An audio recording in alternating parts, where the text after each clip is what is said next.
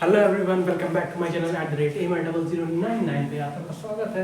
आशा करते हैं आप लोग स्वस्थ होंगे, मस्त होंगे और जबरदस्त होंगे और आपकी तैयारी एकदम मस्त लेवल से चल रही होगी। जैसा कि आप जानते हैं कि जीके जीएस सेक्शन में हिस्ट्री का प्लेलिस्ट चल रहा है, ठीक है। इसमें हमने टॉपिक उठाया है एनिशिएंट इंडिया में प्राचीन भारत के बारे में, ठीक है। तो प्राचीन भारत के बारे में हमने 8 लेक्चर्स देख लिए, ठीक है।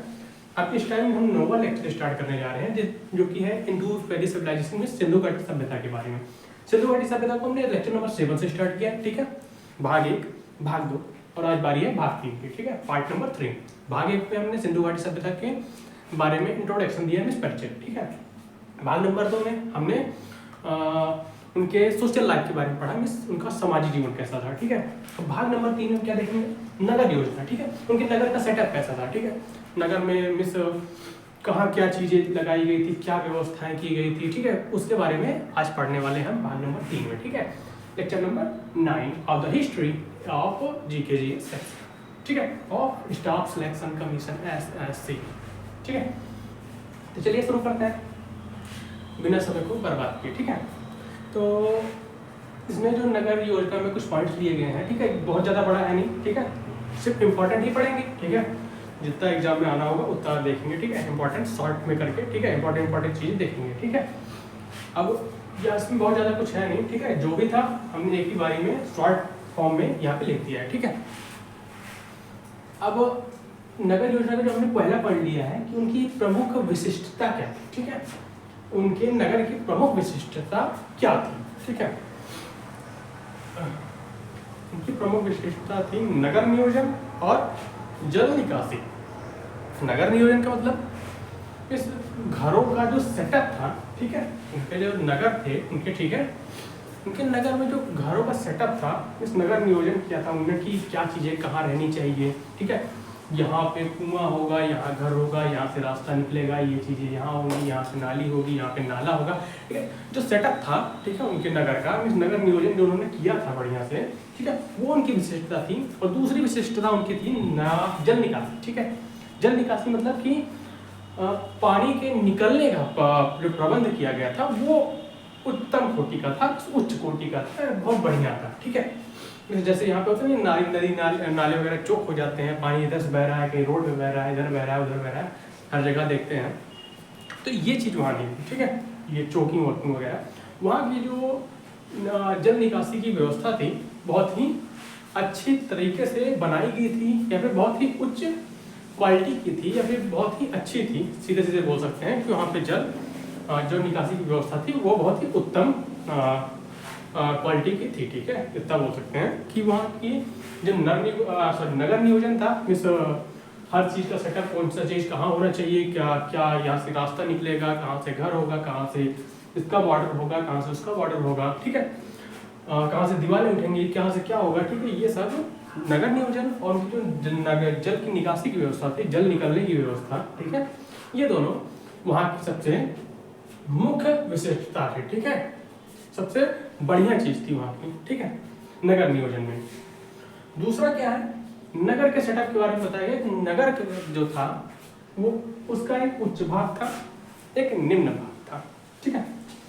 उच्च भाग कौन सा था, जो सबसे ऊपर स्थित था, ठीक है। अब इस तरह से हम देख सकते हैं कि थोड़ा हिली एरिया टाइप में था, ठीक है। जैसे प्लेटू टाइप में होता नहीं, प्लेटू ऊपर नीचे, ठीक है, उस तरह का था, ठीक है। तो कुछ एरिया ऊंचाई पे थे नगर के और कुछ एरिया नीचे पे थे, ठीक है। जैसे अगर हम समझते हैं, मान लीजिए ये यूं इस तरह के लैंड्स गए हुए हैं, ठीक है। अगर हम इसको थोड़ा सा इस तरह लेके जाएं कि यहाँ पे कुछ चीजें बसी हुई है, ठीक है, और यहाँ पे नगर बसा हुआ है, ठीक है। तो अगर तो हाँ, तो यही डिवाइड किया गया है उच्च भाग, ठीक है। ये नगर का क्या हुआ, उच्च भाग हो गया, और ये क्या हुआ, निम्न भाग हो गया, ठीक है। जो नीचे वाले एरिया थे, ठीक है, जो नीचे वाले एरिया थे उनको निम्न भाग बोला गया, और जो एरिया ऊंचाई पे थे उनको उच्च भाग बोला गया, ठीक है। अब जो उच्च भाग था उसे बोला क्या जाता था, ठीक है। तो यहाँ पे उसको उच्च भाग को नगर दुर्ग बोला जाता था, ठीक है। दुर्ग मतलब किला होता है, ठीक, फोर्ट, ठीक। उच्च भाग को नगर दुर्ग कहा जाता था, निम्न भाग मतलब नीचे वाले भाग को निचला नगर कहा जाता था, ठीक है। एक बार फिर से आएंगे, उच्च भाग को नगर दुर्ग, निम्न भाग को निचला नगर कहा जाता था, ठीक है। अगर क्वेश्चन में पूछेगा कि सिंधु घाटी सभ्यता में नगर योजना में उच्च भाग को या फिर नगर के उच्च भाग को क्या कहा जाता था? क्या बोलेंगे हम? नगर दुर्ग बोला जाता था। अगर पूछेगा निम्न भाग क्या कहा जाता था तो निचला नगर बोलेंगे। ठीक है, अगला पॉइंट हमारा क्या है? कालीबंगा। ठीक है, कालीबंगा क्या है? कालीबंगा एक हड़प्पा कालीन स्थल है। ठीक है, एक हड़प्पा कालीन जगह है। ठीक है, इसके बारे में हमने वीडियो नंबर 1 में, पार्ट नंबर 1 में पढ़ा है। ठीक है, कालीबंगा कहाँ स्थित है? राजस्थान में। ठीक है, राजस्थान के समय कालीबंगा स्थित है। ठीक है, ये एक हड़प्पा कालीन स्थल था। ठीक है, तो कालीबंगा एक ऐसा हड़प्पा कालीन स्थित स्थल है जिसका निचला नगर जो है वो भी किले से घिरा हुआ है। ठीक है, अब कैसे समझते हैं इसे? ऊपर निचला ऊपर जो होते थे, ठीक है, ऊंचाई पे महल वगैरह को बनाया जाता था। ठीक है, जैसा कि आप लोग जानते हैं।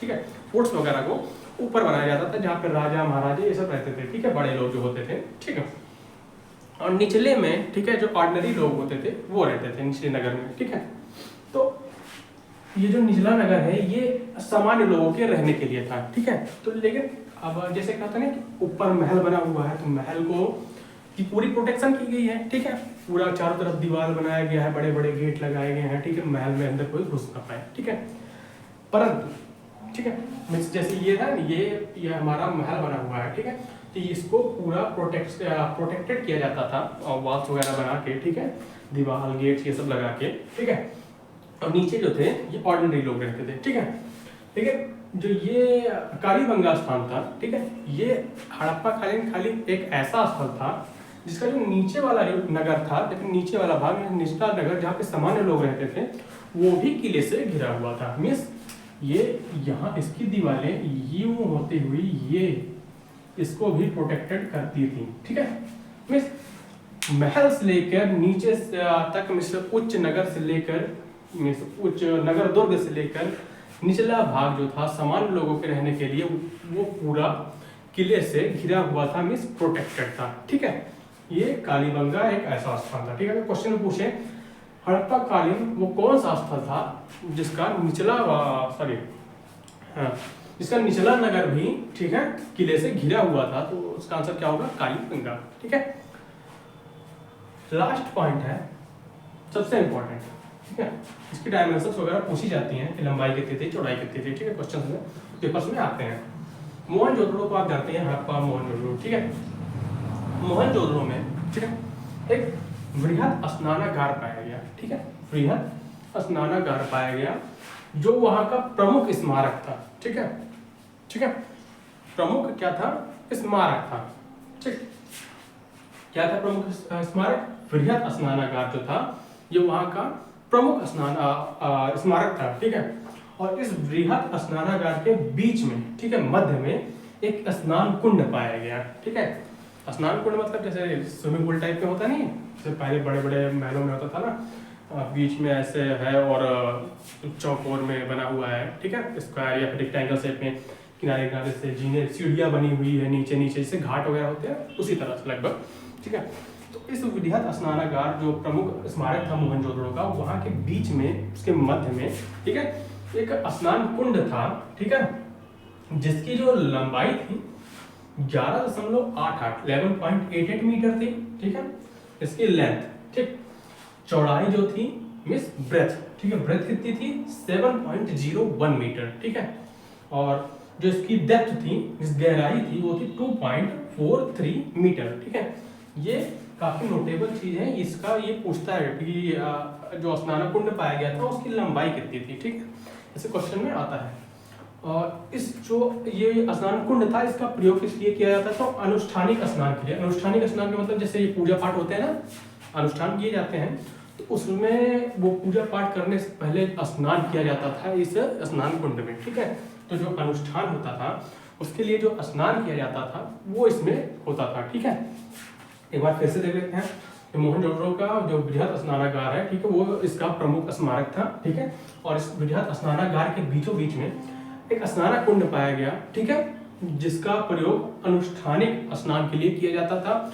इसकी लंबाई 11.88 मीटर, चौड़ाई 7.01 मीटर और इसकी गहराई 2.43 मीटर थी। ठीक है, यहाँ पे नगर योजना खत्म होती है। ठीक है, नगर योजना में इतना था जो कि इम्पोर्टेंट था, पेपर में आने लायक था। ठीक है, पार्ट 3 यहाँ पे खत्म होता है।